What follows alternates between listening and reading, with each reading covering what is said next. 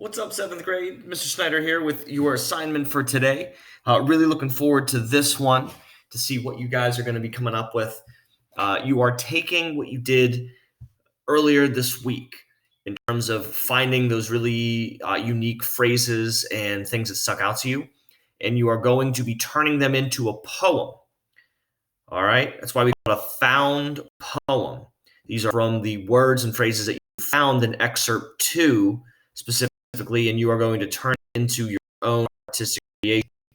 So here are the basic sections of this assignment, and we're going to go over a model that's taken from excerpt 1. Again, you guys are going to be doing excerpt 2. The model is taken from excerpt 1. Let's look at some directions first. You're going to look back over your listing. Everything is dull or unnecessary that doesn't seem to fit for a poem about what life is like for slaves on plantations. So that is your theme.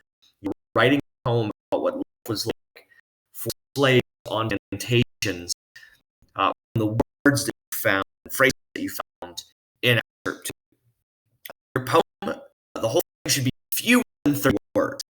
So it's not going to be too lengthy. It's going to take some creativity to cut down things in order for your poems to make sense for whatever message you want to send. But it's got to be about what looks like plantations for slaves, and it's got to be fewer than 30 words. If you're 31, 32, all right, there's a little bit of leeway there. It's got to be less than 30. All right. You may add up to 2 words of your own. That's 2 and 2. It's supposed to be a poem of words found in the excerpt. So if something just isn't making sense or doesn't sound right, the rhythm or the flow of it doesn't come together like it do, you can add up to 2 words. That's it. I want you to highlight 2 words if need be, so we can see where those are coming from. All right. Why don't you arrange the words so that they make a rhythm that you like? I'm on number 3 right now. You can space words out so that they are all alone or all run together. Hold on. So in the directions, they give you a little bit of, so you can space words out. So they are all alone or all run together. Something that came to mind when they were talking about how everyone slept on one common bed. I think it would be cool whenever I did this a couple years ago, someone took one common bed and put it all together as if like all of the words were scrunched together in one space. I thought that was really neat. You can get artistic, and that's a sense to have different meanings, messages inside stanzas. All right, I really want you guys to run with this, be crazy with it, and just have a really good time. You can also put keywords on lines by themselves. So there are tons of different ways, tons of different mechanisms you can use. We're not going to get too English with it here. I do want you guys to explore what sort of things you're able to do with this. All right, so here's an example. Oh, I'm sorry. And then finally, you're going to choose the title. Don't title your poems before they're created. All right? Don't do it.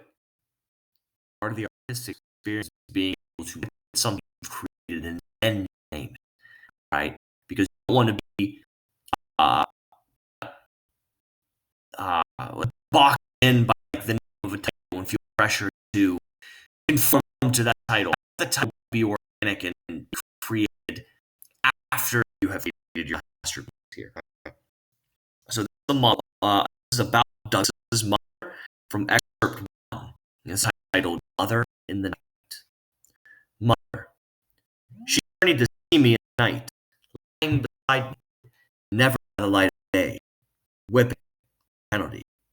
But worse yet, even in death, she was a stranger to me. So those are all words taken from excerpt 1 that were written to make a poem about Douglas's relationship with his mother. So hopefully that gives you a little bit of inspiration. I'm looking forward to what you create from excerpt 2, and I'm going to make a flip grid as well. If you guys want to perform it, I'll give you a bonus. All right, for a little 5-point bonus in there if you perform your poem. All right? So, forward to it, guys. Hope all is well. Take care. Weird cut here, guys. Wash your hands. Don't touch your face.